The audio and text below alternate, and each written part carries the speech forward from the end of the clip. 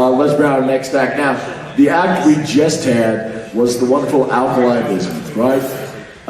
He is a wonderful comedian, a wonderful person, a wonderful fundraiser. But there is more than one person in the Dragon show and in that whole comedy group. The next person that we have coming out here is the other half of Dragon. He is the more trustworthy half of Dragon and the normally more sober half of it. This is a gentleman who, I shit you not, I am sharing the table with in the dealer's den.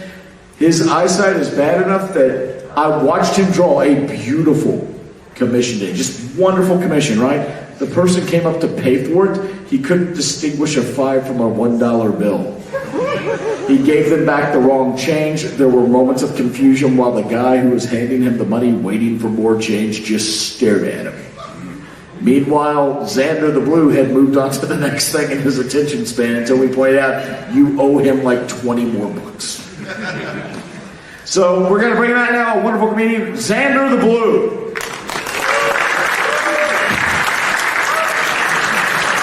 Just get done telling people about your bad eyesight. You start coming on the stage. Wonderful. I got it. All right. Hello, everyone. All right. Who saw me open for Alkali on main stage earlier? Yeah. All right.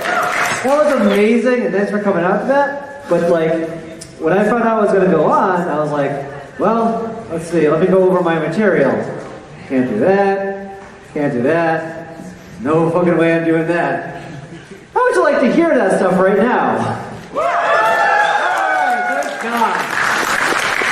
Alright, so in reality is funny in a way because I pride myself on taking a premise and figuring out a joke and figuring out the punchline. Sometimes reality just gives you its own punchlines. Let me explain.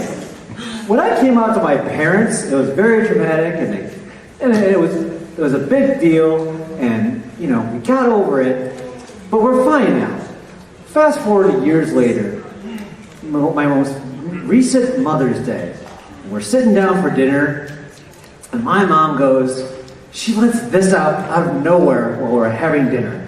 She says, you know, it's funny, when I was pregnant with your brother, I would always be craving salads, but when I had you, I had always had a craving for ding-dongs. And then we proceeded to eat in silence for 5 minutes. Now, I wanted to be a bad person, just be like, well, why do you think when I'm writing Alkali, I'm like, where's the cream filling? Yeah, right. That's the stuff. Hostess. All right.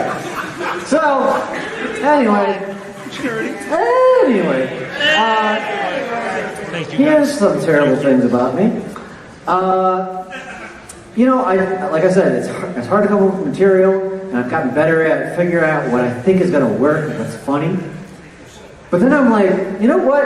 Hey, genius, you're the same damn dragon that burst out laughing in art history class when the teacher told everyone, and I was the only one who did it, I burst out laughing when the teacher said, and this famous painter was killed when he was accidentally hit by a train.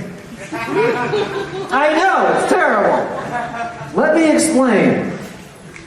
In my mind, I could be that artist, because I know the artist Hayes. You just walk around and start thinking weird shit. And I will do this. I'll just be like, what came first?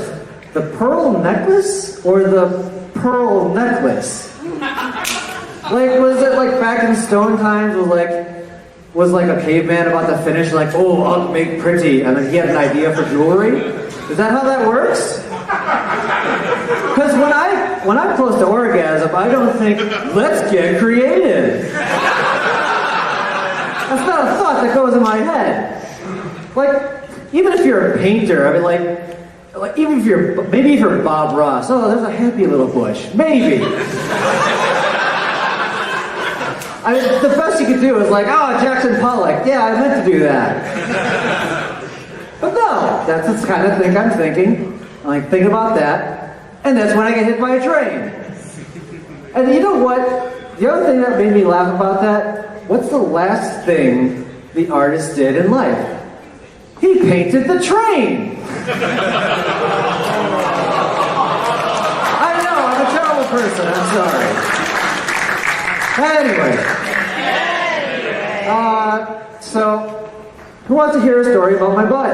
Alright, fantastic. God knows that's not enough, eh? Alright. So, which one am I telling first? Oh yeah.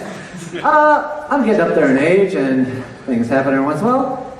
I had a bit of a health concern where, well, let's just say I went to the bathroom and either I am a ripe woman, come of age, or I need to see the fucking doctor. I go to the doctor, and I was like, well, we both know what needs to happen. Let's turn around and assume the position. I know a lot of comedians have done the thing where I got fingered by my doctor. The difference here is, both me and my doctor know that I am extremely gay. So normally, he's about to go where no man has gone before. Well, both him and I know that where this is strictly Federation space. Catherine's love, same shit, different day. And so, I drop my pants, I assume the position, and he's like, all right, this might pinch a little. I just want to be like, bitch, please. I actually wanted to make him feel really good. I wanted to be like, oh my God, your fingers are so big. You drew the biggest turkeys in class. You're like Bizarro Trump.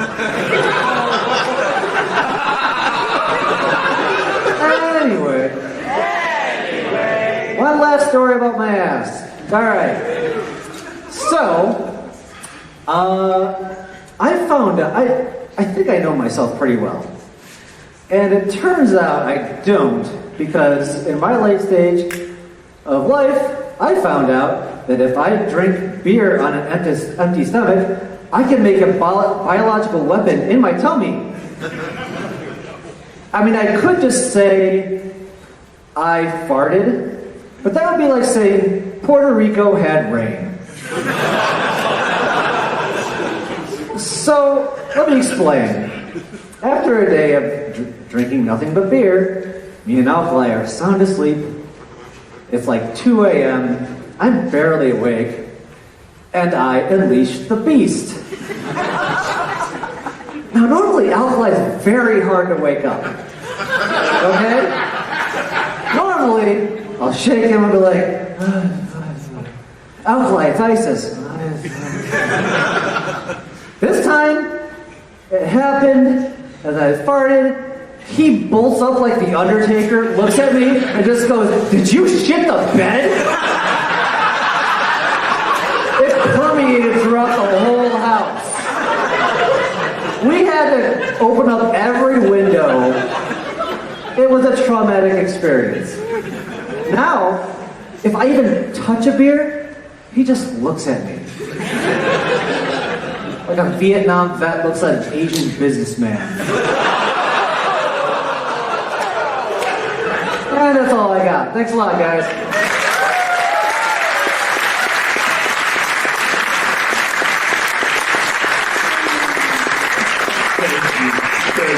Ladies and gentlemen, Xander the Porter. Oh, nobody put this on YouTube. We will get so many hate comments. Literally, yeah, you guys realize out of the comedians we've had up here, fully 3 of them have done nothing but talk about their ass. Oh my God.